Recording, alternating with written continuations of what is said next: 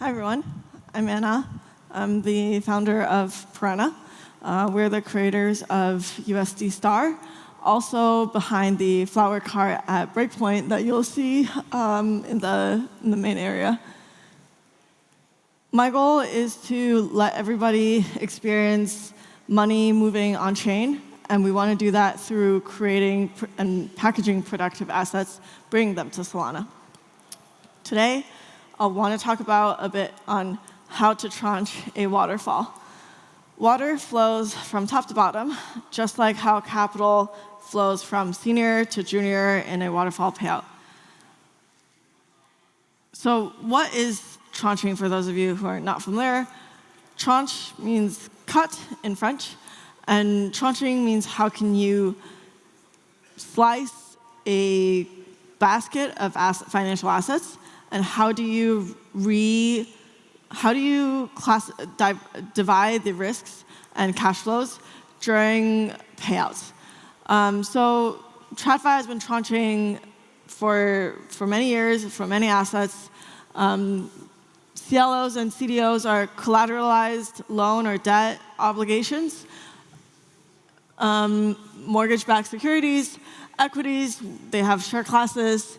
Funds are slightly newer, and uncorrelated cash flows, as far as I know, currently doesn't exist. On the DeFi side, we've been a bit slow to this game. I think it's something that will be a new trend or something that people would focus on in the next year or two, I hope, as we become more mature or the industry becomes more mature and we start thinking about risk much more closely. So this is where I think Perena can be. Right now, we are a single LP token, a single token called USD Star. It functions like a liquid saving token where you put money in and we allocate across different crypto assets, generate yield, and it increases in price in real time. However, there's no risk differentiation. So let's say if in the unfortunate scenario, one of our underlying lending markets or one of the perp dexes has some malfunction and there's a haircut on the portfolio value, then everybody who's holding USD Star will take a haircut.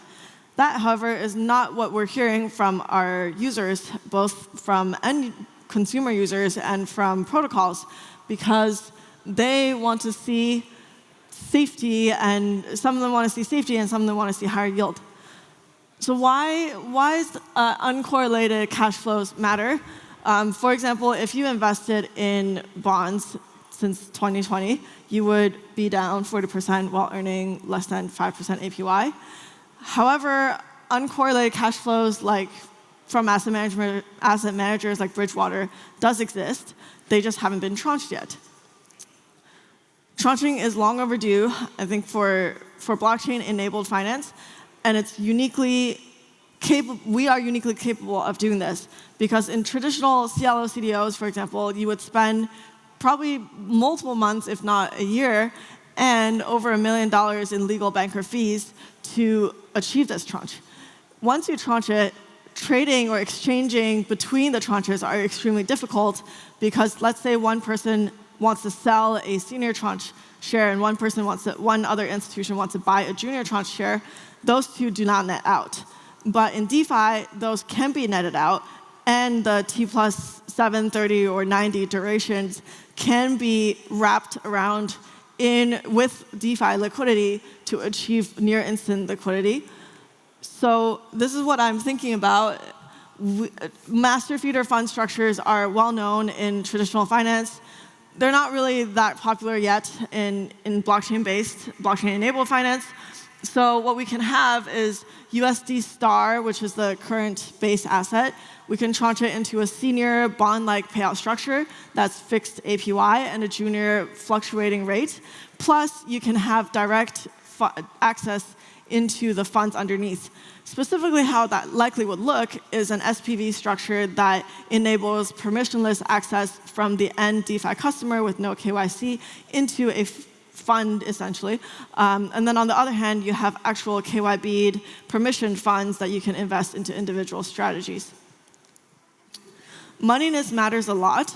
In TradFi, CLOs don't really have moneyness, but in DeFi, via composability, you can achieve moneyness by enabling it as collateral and using it across the DeFi ecosystem. So how many ways can you slice a cake? It's something I've been thinking about a lot. Would love to talk to you guys if you've been thinking along the same lines. One question to leave you with is that the S&P 500 is a very good asset, but it's never been tranched before.